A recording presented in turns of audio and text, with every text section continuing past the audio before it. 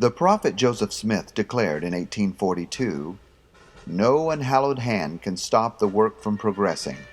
Persecutions may rage, mobs may combine, armies may assemble, calumny may defame, but the truth of God will go forth boldly, nobly, and independent, till it has penetrated every continent, visited every clime, swept every country, and sounded in every ear, till the purposes of God shall be accomplished, and the great Jehovah shall say, the work is done." Now, about 170 years later, we can examine the growth of the Church of Jesus Christ of Latter-day Saints from three different perspectives. First, the growth and number of stakes of Zion. Second, the increasing numbers of temples. And third, the growth of raw membership of the church. But before looking at these numbers, let us visit with a very special person who has a rather unique perspective of the church here in our own area, Wade Hayes. It is by obedience to the laws upon which it is predicated. It's not on a scale of 1 to 10 and calibrated. It says I'm closer to 100 years old than I am 95. So I'm not too far away. So I've seen 100 years, almost 100 years, or heard about in the growth of this area as far as the church is concerned. And Houston Stake was created in 1953. I was a member of the bishopric of the Williamson Ward at that time. The first stake in Beaumont was 1,700 members. It was a small stake, one of the smallest, and it only had 7 on the High Council, and we had to scrap real hard to get. That's in '61. Houston Stake was first created by Jack B. Turnell as president of the first stake.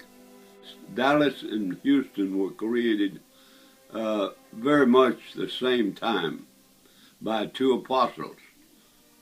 Was Marquis Peterson and Delbert L. Stapley. See, we were part of the Houston Stake at that time. We were created just scattered everywhere from Louisiana, Lake Charles, all the way back to Houston and Corpus Christi, San Antonio, and the like. Austin, all of that was part of the great Houston Stake. Yeah, we've had our growing pains. Growing pains mean problems. We had problems to overcome, to rise above. But we did do it. We subdued the problems independently. In every ward, every stake, you have challenges, challenges. And we accomplished that, not vainly so, but we did accomplish miracles in growth.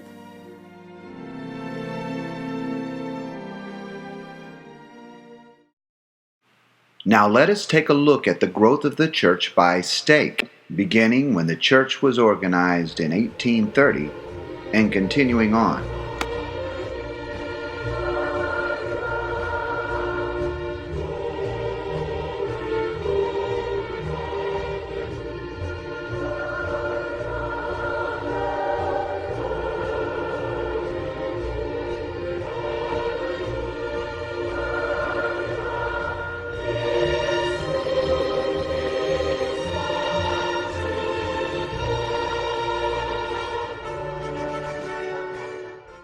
The growth of temples, or the number of temples under operation in this dispensation, is even more dramatic. Temple growth can be illustrated in a graph showing that the most explosive temple growth occurs in the last 10 to 15 years, or temple growth can be viewed as a map, with temples literally dotting the earth.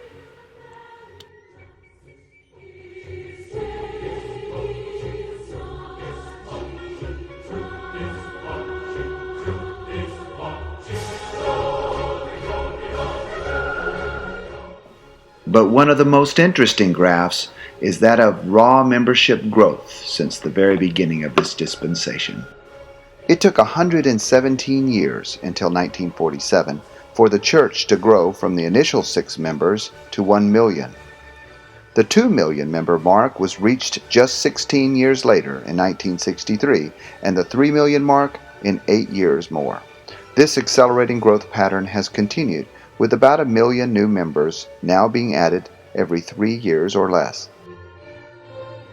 Indeed, it is difficult to deny the spectacular growth we are now witnessing. However, the greatest and most important growth cannot be measured on graphs or charts. Each is a precious son or daughter of God, and as such is of incalculable worth. And the greatest thing cannot be measured on charts or graphs, and it is the growth and swelling of each testimony of Jesus Christ, the growth of faith and love, and the increased character and quality of the lives lived as we seek to become more like our Savior Jesus Christ.